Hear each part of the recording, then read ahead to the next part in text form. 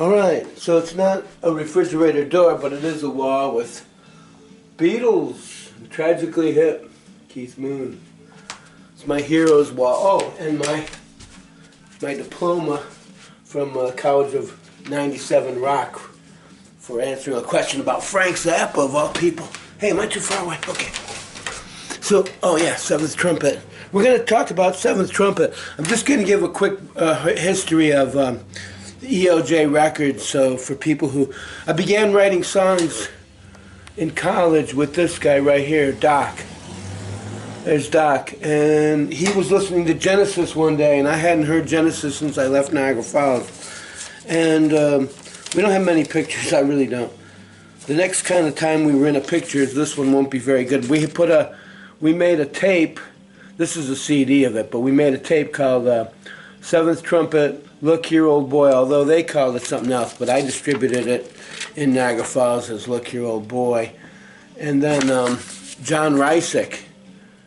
See the name John Rysick? This came out, when'd you make this, John? John turned this into a CD. He took I don't know if my fingernails are dirty, he took the cassette and made a CD of it for us and did a black and white cover, so that's pretty cool. So that was the Seventh Trumpet record we had out in the 80s, mid-80s. Might say on the back here, I don't know. Doc got married, and we played, that's where this picture's from.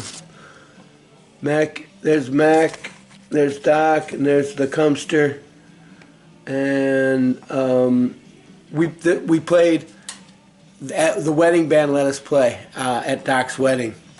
And I was the only one who knew words enough to sing them at that time that we could all play it. So it was Twist and Shout and Can't Explain. Now, from there, the Seventh Trumpet has gone on to make this record, which is I have the T-shirt for it, and I wrote a lot of the words for that record. I really think we should go back and re-record it because we hadn't.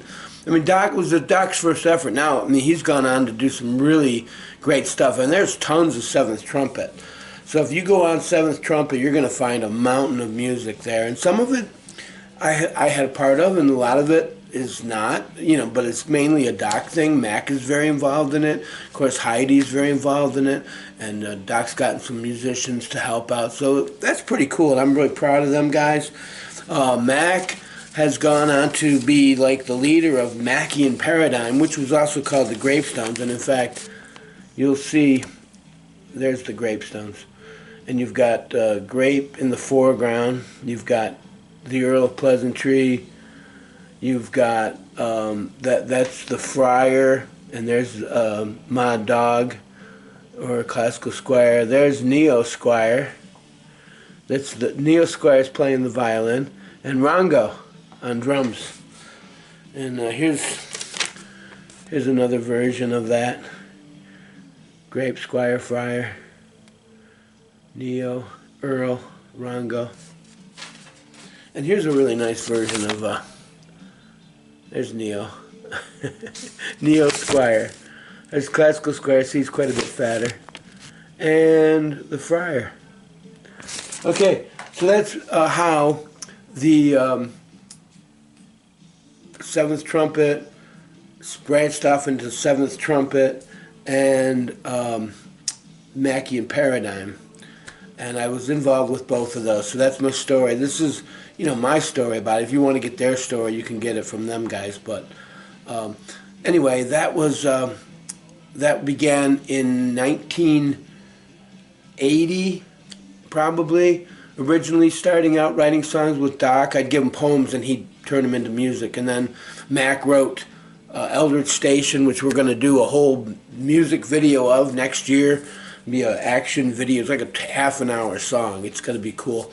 And then we also have the Mackian Paradigm Project, which continues to produce new music to this day, and a lot of old music from the days when we did it.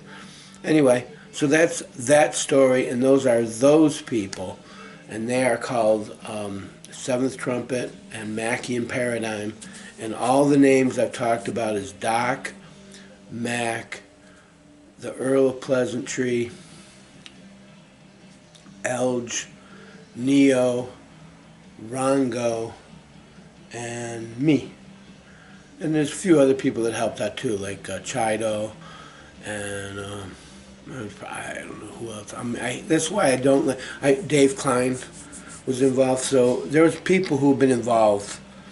Sometimes I don't always know, and I don't want to leave anybody out, but maybe I did. All right, and that's still going on to this day. Mackian Paradigm. Look, this is a record that we made, and we gave this out at a Grateful Dead concert, free. Mackian Paradigm album with a bunch of songs on the back. Yeah, we're doing all right. Mackian Paradigm continues to surprise. It's very unusual music. It's like none of us knew what we were doing, so we just all sat down, started playing and making noise, and then we'd record it for an hour, 2 hours, 3 hours, and then we'd maybe pick out about 15, 20 minutes of it that was good.